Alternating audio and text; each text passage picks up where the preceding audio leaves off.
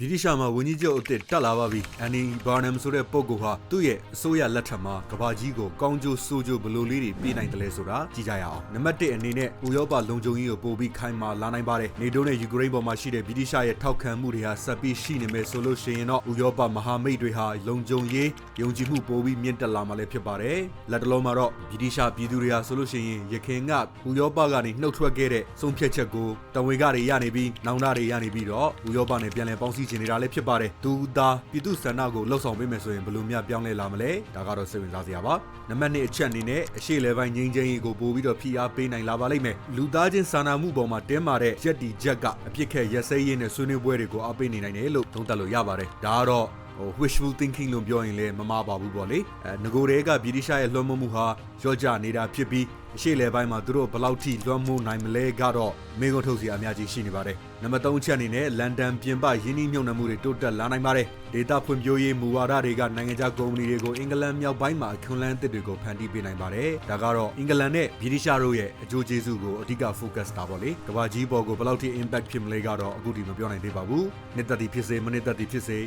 ဗြိတိရှဆိုရင်ယခုချိန်မှာကျွန်တော်တို့အားလုံးရဲ့ချင်ပတ်ရဲ့လို့ဖြစ်နေတာလေအမှန်ပါပဲဗြိတိရှရဲ့လှုပ်ရှားမှုဆိုရင်ဘယင်းဘယ်လောက်ထိရှုပ်နေတယ်လဲဘယင်းမိသားစုဘယ်လောက်ထိရှုပ်နေတယ်လဲဆိုတော့ကလွှဲရင်ဗြိတိရှနဲ့ပတ်သက်ပြီးကျွန်တော်တို့ဘယ်သူမှစိတ်ဝင်စားကြပါဘူးကမ္ဘာနိုင်ငံရေးဆိုင်ရာကိုပြောတာပါဗြိတိရှမှာရှိတဲ့ Premier League နဲ့ဘောလုံးပရိသတ်တွေကတော့ဗြိတိရှကိုအခုချိန်ထိလေးပေးနေမှန်းသိပါတယ်နောက်နံပါတ်4ချက်အနေနဲ့ AI ပူးပေါင်းဆောင်ရွက်မှုတွေပိုပြီးကောင်းလာနိုင်ပါတယ် AI ကိုတာဝန်ယူမဲ့ဝင်ကြီးထားရှိခြင်းကယင်းနှိမ့်ညွှန်နှံမှုစီးမြင့်တဲ့လုံခြုံရေးတွေကိုနိုင်ငံတကာပူးပေါင်းမှုအတွက်မြင့်တင်နိုင်မယ်လို့လည်းယူဆကြပါတယ်ဒါကလည်းကဘာကြီးဆိုတာထက် UK နဲ့ဗြိတိရှတဝိုက်ကိုပဲအဓိကဖွံ့ဖြိုးတိုးတက်စေမဲ့ကောင်းကျိုးပေါ့လေဒါပေမဲ့စိုးကျိုးလေးတွေလည်းမေ့လို့မရပါဘူးနံပါတ်1အနေနဲ့ဗြိတိရှဟာနိုင်ငံရေးမတည်ငြိမ်တဲ့နိုင်ငံအဖြစ်နဲ့ဖြစ်လာပါတယ်၄နှစ်တွင်မှာဝန်ကြီးချုပ်9ဦးပြောင်းထားတဲ့အတွက်ကြောင့်မို့လို့မူဝါဒတွေဟာရေရှည်တည်မြဲမလားမတည်မြဲဘူးလားဆိုတာကိုတော့တေချာတွေးစေနေပါတယ်နိုင်ငံခြားရေးအတွေ့အကြုံနှဲပါခြင်းကလည်းပြဿနာရဲလို့ဖြစ်လာနိုင်ပါတယ်စစ်ပွဲနျူကလ িয়ার လုံခြုံရေးနဲ့အင်အားကြီးနိုင်ငံတွေနဲ့ပြင်ဆိုင်မှုနောက်ွယ်တွေမှာဆိုလို့ရှိရင်တော့ဗြိတိရှလိုက်မမီတော့တာလဲအမှန်ပါပဲနိုင်ငံတကာရေးရာနဲ့ diplomacy မှာ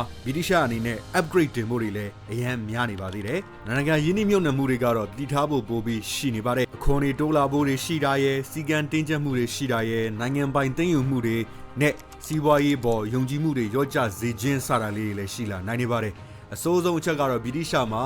အစိုးရရဲ့ policy နဲ့မကိုက်ညီလို့ Facebook post လေးတစ်ခုတင်ခဲ့ရင်တော့ဖမ်းတယ်ဆိုတာမျိုးဖြစ်နေတဲ့အတွက်ကြောင့်ဗြိတိရှပြည်သူပြည်သားတွေဟာလက်ရှိဗြိတိရှအစိုးရဟာပြည်သူအစိုးရမှာဟုတ်သေးရဲ့လားလို့မေးခွန်းထုတ်နေတာတွေအများကြီးရှိပါတယ်ဆိုတော့ဗြိတိရှနိုင်ငံရေးဟာကမ္ဘာပေါ်ဘယ်လောက်ထိကြီးမားစွာတက်ရောက်မှုရှိမလဲဆိုရင်တော့ပုံမှန်လင်းပြောရရင်အဲ့လောက်ထိကြီးမားမှုတော့မရှိပါဘူးအနေငယ်လေးတော့ impact တော့ရှိပါမယ်ဗြိတိရှရဲ့လွှမ်းမိုးမှုဟာပျောက်ကွယ်သွားခဲ့တာ10နှစ်ကျော်နေပါပြီ Brexit ဆိုတဲ့ EU ကနေနှုတ်ထွက်ပြီးကြတဲ့ကဗြိတိရှကိုလူတွေအဲ့လောက်ထိအာရုံမထားကြတော့တာပါဒီအတွက်ကြောင့်ဗြိတိရှရဲ့နိုင်ငံရေးအပြောင်းလဲဟာ comeback ဖြစ်မှာလားဒါမှမဟုတ်တမယိုးကြဖြစ်စေခြင်းတဲ့ policy ကိုဖော်ကျူးပေးမဲ့ဝင်ကြီးချုပ်ကိုပဲဗြိတိရှအစိုးရကအစင်ပေါ်တင်ပေးလိုက်လေသလားကတော့စောင့်ကြည့်ရအောင်ပါလဲဖြစ်ပါတယ်